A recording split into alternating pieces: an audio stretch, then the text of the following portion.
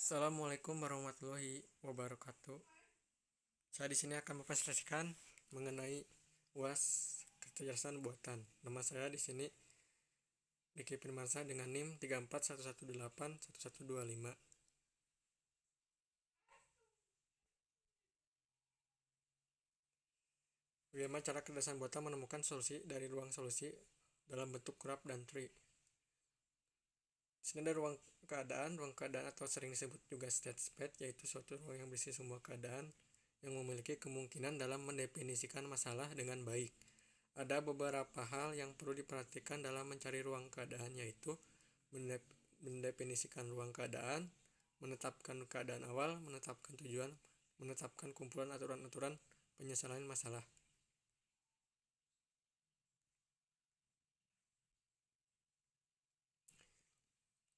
Di sini ada metode graph. Dilihat dari A, dalam graf di samping goalnya adalah T, sehingga jalur yang dilewati akan mencari yang paling optimal pendek, yaitu A ke C dan nodenya 5, F ke T, jadi 15.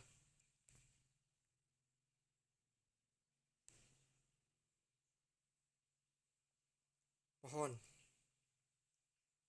star di sini dari A bisa ke B ke D, dan pohon ini adalah AND atau OR digunakan untuk mendiagnosa dalam suatu kasus, tetapi dapat juga digunakan untuk menggambarkan suatu struktur pelacakan sistem komputer yang menggunakan kecerdasan buatan. Pencarian buta di sini yaitu breadth first search, pencarian melebar pertama, pencarian yang mulai dari node akar dari kiri ke kanan, kemudian berpindah ke level berikutnya. Sebagai contoh, di bawah ini ada pohon dari S ke A, terus ke B, terus ke C, terus ke H, terus ke G, F, E, D. Prosesnya sangat cepat tetapi memiliki tingkat kesalahan yang tinggi.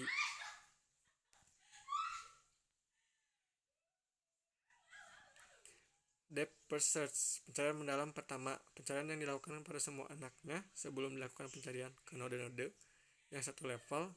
Pencarian akan dilakukan dari node akar ke node level yang lebih tinggi. Proses ini diulangi terus hingga ditemukan solusinya.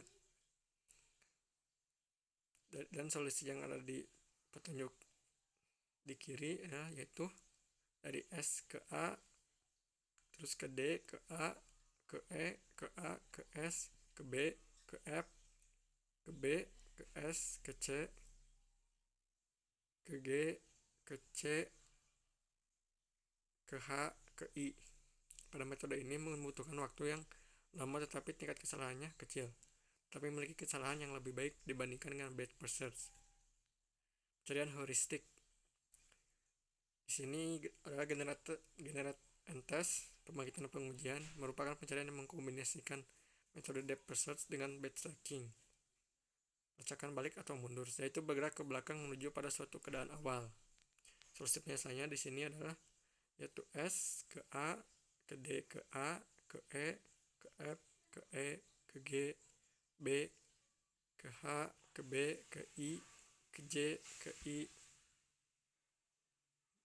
ke K, ke C, ke L, dan ke N. Dan goalnya ada di N. Di sini simulated annealing. Simulated annealing adalah salah satu algoritma untuk optimasi yang bersifat generik, berbasis probabilitas dan mekanika statistik. Algoritma ini dapat digunakan untuk mencari pendekatan terhadap solusi optimum global dari suatu permasalahan. Masalah yang membutuhkan pendekatan SE adalah masalah optimasi kombinatorial, di mana ruang pencarian solusi yang ada terlalu besar sehingga hampir tidak mungkin ditemukan solusi eksak terhadap permasalahan itu. Publikasi tentang pendekatan ini pertama kali dilakukan oleh S. Kirkpatrick, Gelat, dan M. V. Pecci, diaplikasikan pada desain optimal hardware komputer dan juga salah satu masalah klasik ilmu komputer, yaitu traveling salesman problem. Annealing adalah satu teknik yang dikenal dalam bidang metalurgi, digunakan dalam mempelajari proses pembentukan kristal dalam suatu materi. Agar dapat terbentuk susunan kristal yang sempurna, diperlukan pemanasan sampai suatu tingkat tertentu. Kemudian dilanjutkan dengan pendinginan yang perlahan-lahan dan terkendali dari materi tersebut. Pemanasan materi di awal proses annealing memberikan kesempatan pada atom-atom dalam materi itu untuk bergerak secara bebas mengingat tingkat energi dan kondisi panas ini cukup tinggi. Proses pendinginan yang perlahan-lahan memungkinkan atom-atom yang tadinya bergerak bebas itu pada akhirnya menemukan tempat yang optimum di mana energi internal yang dibutuhkan atom mempertahankan posisinya adalah minimum. Di sini bagaimana cara bekerja mesin logika dan menyelesaikan persoalan di bidang kejelasan, yaitu di sini ada reaktif mesin. Tipe pertama adalah reaktif mesin. Tipe kejelasan buatan ini adalah tipe paling dasar dari beberapa jenis tipe kejelasan buatan. Mesin tipe ini hanya bereaksi berdasarkan kondisi data yang saat itu atau yang sudah ditentukan sehingga pengambilan keputusan tidak berdasarkan data-data sebelumnya. Kalau dipikir-pikir, pasti kalian pernah menggunakan mesin tipe ini. Contohnya adalah rekomendasi film, spam filter, chess playing, superkomputer, dan sebagainya. Limited memory, apakah kalian tipe orang yang terorganisir? Kalau iya, mirip dengan preferensi mesin tipe ini. Tipe pergeseran limited memory ini adalah mesin yang mampu meningkatkan kemampuan pengambilan keputusan dengan menggunakan data pengetahuan dari kejadian yang telah dipelajari sebelumnya. Tipe desain ini mampu menyimpan data sebelumnya dalam kurun waktu tertentu. Software. Begitu teori of mind dapat diwujudkan dalam kejelasan buatan, suatu saat jatuh di masa depan, langkah terakhir untuk menjadi sebuah AI sempurna adalah awareness pada tipe kejelasan buatan semacam ini. Jika sudah memiliki kesadaran yang setingkat dengan manusia, selain memahami keadaan emosional manusia, ia juga sudah memulai memiliki emosinya sendiri dan keberadaan dirinya di dunia ini. Teori of mind. Ketika mungkin pernah digunakan dua tipe mesin kejelasan buatan sebelumnya, pada saat bekerja atau bahkan di rumah. Kejelasan buatan sebelumnya pada saat bekerja atau belajar di rumah. Lalu apakah ada jenis tipe kejelasan buatan lain? Tentu ada kejelasan buatan dengan nama teori of mind. Jika satu contoh kasus kejelasan buatan yang disahkan dengan pendekatan logika, yaitu adalah algoritma pencarian.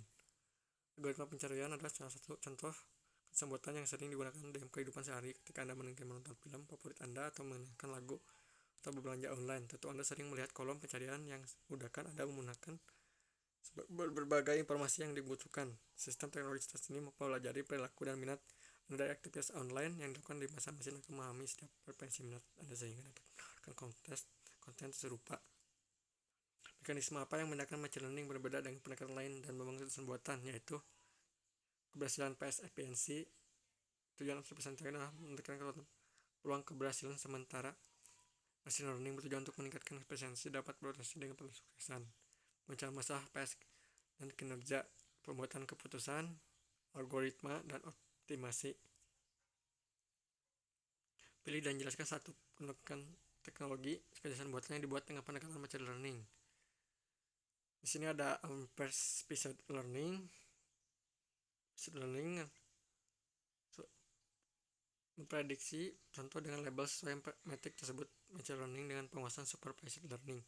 Pendekatan terbaik jas ini digunakan e-commerce untuk memprediksi banyaknya uang yang dibelanjakan setiap pelanggan. Unsupervised learning, pendekatan ini digunakan ketika data tidak memiliki label khusus untuk memprediksi algoritma. Dengan demikian, algoritma bertugas untuk pengelompokan data serta menumpukan pola baru sehingga anomali data bisa terdeteksi. Semi-supervised learning berbeda dari unsupervised learning. Semi-supervised learning memanfaatkan data tanpa label untuk memahami struktur serta distribusi populasi. Pendekatan ini bisa dipakai bank sebelum menawarkan kredit rumah untuk mengidentifikasi pelanggan yang membutuhkan pinjaman tersebut, tapi belum mendapatkan informasi yang cukup. Algoritma pertama dan proses simulasi dari data label-label untuk memprediksi. Dalam pendekatan ini, komputer melakukan interaksi dengan melakukan sekitar umpan balik menjadi bahan utama dan algoritma mempelajari seluruh urutan tindakan dan mencari peluang terbaik. Sekian di sini. Wassalamualaikum warahmatullahi wabarakatuh.